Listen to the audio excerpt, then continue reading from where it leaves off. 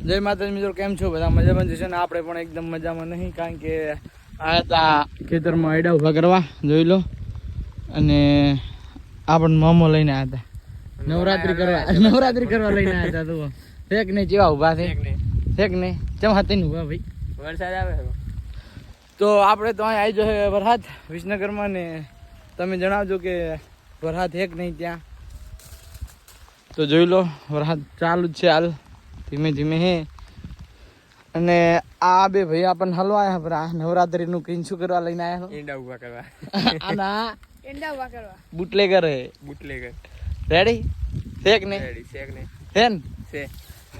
તો હેડો વરસાદ બંધ થાય એટલે એડા ઉભા કરે ને કે પછી બંક બંક રેડી બંક તો ગોચી જ રહ્યા હોય બધા.